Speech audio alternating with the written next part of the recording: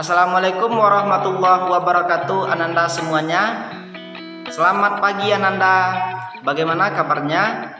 Alhamdulillah sehat ya. Nah, sebelum kita memasuki pembelajaran kita pada pagi hari ini, alangkah baiknya kita membacakan doa terlebih dahulu kepada ketua kelas agar dapat memimpin doanya. Amin.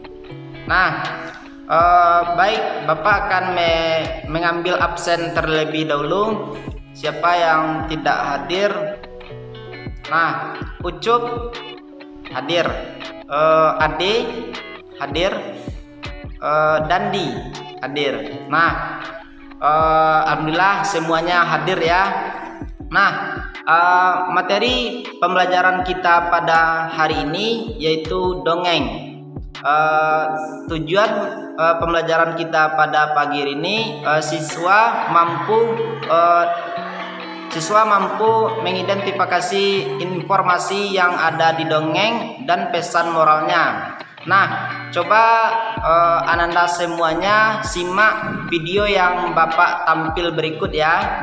Dongeng Pocahontas, ini dia ceritanya. Pada zaman dahulu, hiduplah seorang putri muda yang senang sekali bertualang bernama Pocahontas. Dia senang sekali menjelajahi alam yang dianggap sebagai rumahnya sendiri.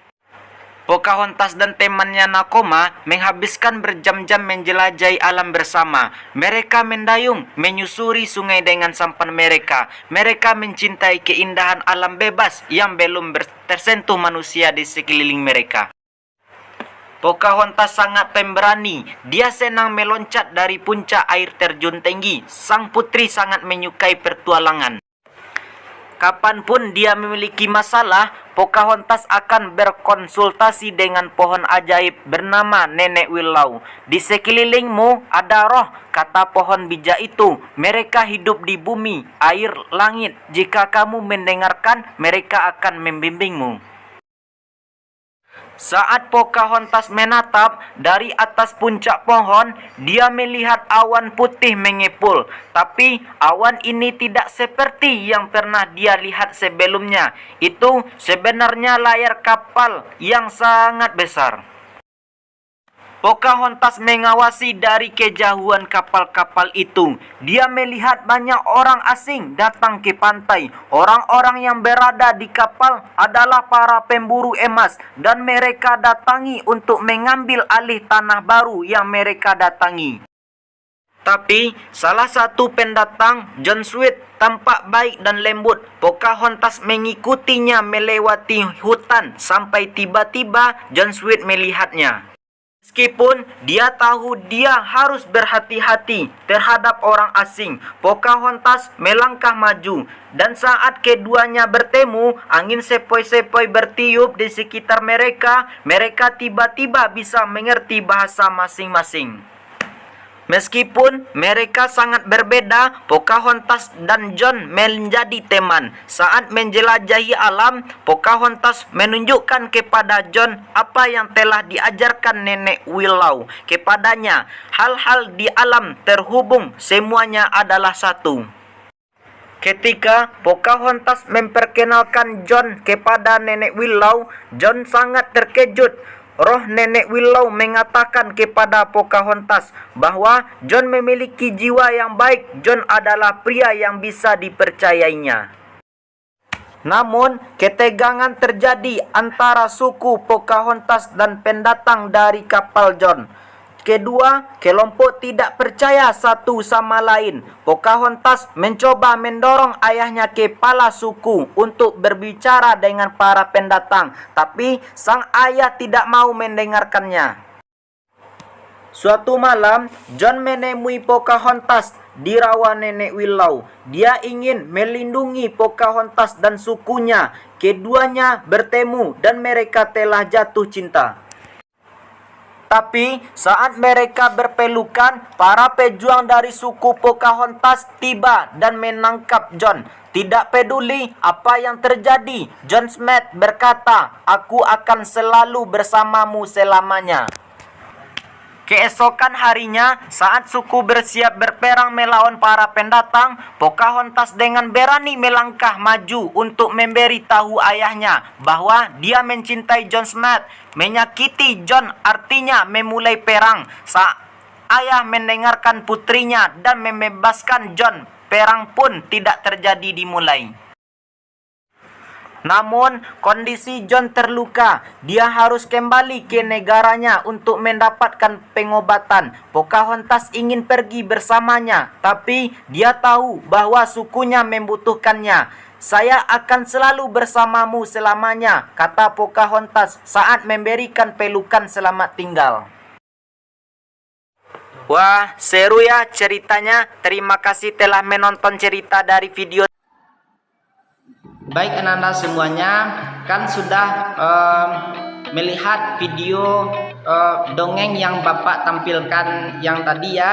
Nah, sebelum Bapak jelaskan, Bapak mau bertanya dulu. Siapa yang tahu dongeng? Dongeng itu apa? Siapa yang tahu? Tidak tahu ya. Nah, baik Bapak jelaskan ya. Dongeng adalah cerita yang tidak terjadi, cerita yang benar-benar tidak terjadi. Nah, di dalam dongeng tersebut ada beberapa poin yang kita harus pahami. Yang pertama, tokoh. Yang dimaksud dengan tokoh ini adalah orang yang berperan di dalam dongeng tersebut. Dongeng yang Bapak tampilkan yang tadi kan tokohnya ada Putri Pocahontas atau yang lain gitu. Selanjutnya latar. Nah, di dalam latar ini ada 3 poin. Yang pertama, tempat. Tempat ini adalah di mana lokasi dongeng tersebut. Contohnya di hutan, di sekolah, atau di tempat yang lainnya. Selanjutnya alokasi waktu. Nah, alokasi waktu ini adalah waktunya kapan terjadi. Contohnya siang, pagi, malam, atau lainnya. Nah, selanjutnya suasana. Suasana adalah bagaimana suasana dongeng tersebut, menegangkan atau bagaimana. Nah, selanjutnya poin selanjutnya alur. Alur ini adalah alur ceritanya apa, ending ceritanya. Selanjutnya watak. Watak ini adalah watak orang tokoh-tokoh tersebut.